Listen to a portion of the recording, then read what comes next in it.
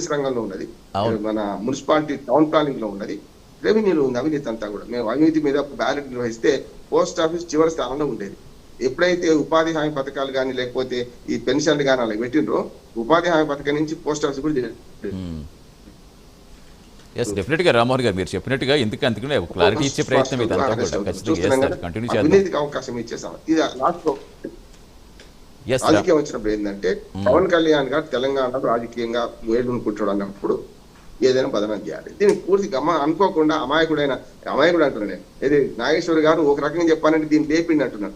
ఆయన మాట్లాడిన మాటలకు దీనికి సంబంధం లేదు. ఇప్పుడు నేనున్నా సార్, ఆయన మాట్లాడిన ఒకవేళ అది ఏపీకి సంబంధించి మాట్లాడారే కానీ ఇక్కడ సంబంధించి మాట్లాడలేదు. కానీ దాన్ని ఎక్కడి నుంచి ఎక్కడికి ముడిపెట్టేస్తున్నారు. మొత్తం ప్రతిదీ కూడా ఒక ఏదో చైన్లో లింక్ పెట్టేసి దేన్నైనా సరే అవకాశంగా మార్చుకుందామని చూస్తున్నారు. మరీ ముఖ్యంగా నాకు ఇంకా ఆశ్చర్యం ఏంటంటే ఇప్పుడు ఆయన అధికారంలో లేకపోయినా కౌలు రైతులకి సొంత డబ్బులతో అప్పుడు ఇచ్చిన సందర్భాలు చూస్తాం. అలాంటి వ్యక్తిని ఇప్పుడు పవన్ కళ్యాణ్ గారిని ఒక సినిమా యాక్టర్ గానో ఒక రాజకీయ నాయకుడి కంటే వ్యక్తిగా ఆర్జించే వాళ్ళు ఎక్కువగా ఉంటారు ఆయన వ్యక్తిత్వాన్ని చూసి. మనం కొన్ని ఫ్యాక్ట్స్ మాట్లాడుకుంటే ఇప్పుడు అలాంటిది ఏదో భూములు కబ్జా చేస్తారు. అసలు కబ్జా అనేది అసలు పదవి ఎలా వస్తుంది అనేది నిజంగా చాలా ఆశ్చర్యకరంగా అనిపిస్తోంది. ఎస్ రామ్మోహన్ గారు కంటిన్యూ చేద్దాం.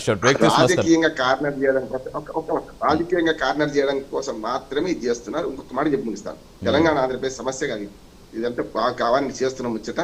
ఇప్పుడు నాగేశ్వర గారు సొంతం చేసుకుంటారు కదా, నా మాటలు తెలంగాణ ఆంధ్ర చేసుకుంటారు. జర్నలిస్ట్ నేను భారతదేశం ప్రపంచం మాట్లాడు మోడీ గురించి మాట్లాడతాను. నాకేమవుతుందంటే ఎట్లా తెలంగాణ వాడు ఆంధ్రప్రదేశ్ గురించి మాట్లాడుతూ ఆంధ్రప్రదేశ్ వాడు తెలంగాణ గురించి మాట్లాడద్దు అనే దుర్మార్గమైన భాషగా తప్పు కదా అంటున్నా నేను. రెండోది కూడా కరెక్ట్. ఏమీ లేకపోయినా ఏదో ఒక పాయింట్ పట్టుకు లాగుదాం అనుకుంటుంటే ఇంకెవరేం చేయగలరు. కంటిన్యూ చేద్దాం. రామ్మోహన్ గారు షార్ట్ బ్రేక్ తీసుకుని వస్తాం. శ్రీనివాస్ గారు అసలు సమస్యలు చాలా ఉన్నాయి. రైతులు బాధపడుతున్నారు, వడ్లు కొంటలేరు, మక్కలు కొంటలేరు. సమస్య ఇది కదా. ఎండలు బాగా వడదెబ్బతో చచ్చిపోతున్నారు. చర్చ ఇది కావాలి. ఇప్పుడు ఏమైందంటే రాజకీయ చర్చ ఎన్ని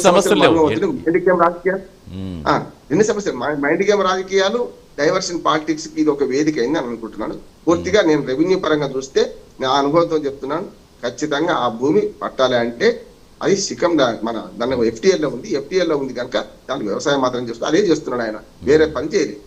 ఇప్పుడు రిజిస్ట్రేషన్స్ ఉన్నాయి, అక్కడ రిజిస్ట్రేషన్ డాక్యుమెంట్స్ మేము అక్కడ ప్లే చేస్తున్నాం. 67 ఏం చెప్తుందో ప్లే చేస్తున్నాం. ప్రతిదీ క్లియర్ కట్ గా అక్కడ ప్రత్యక్షంగా కనిపిస్తోంది. ఎందుకంటే ఇవన్నీ చేసే ప్రయత్నం ఏంటంటే అక్కడ ఏం జరగలేదు కాబట్టి ఇన్ని సంవత్సరాల తర్వాత ఇప్పుడు ఏమీ లేదు అవుతారంటే ఏం చూడలేదు సార్. షార్ట్ బ్రేక్ తీసుకుని కంటిన్యూ చేద్దాం. రామ్మోహన్ గారు హాట్ టాపిక్ షార్ట్ బ్రేక్ తీసుకుందాం. Stay with us.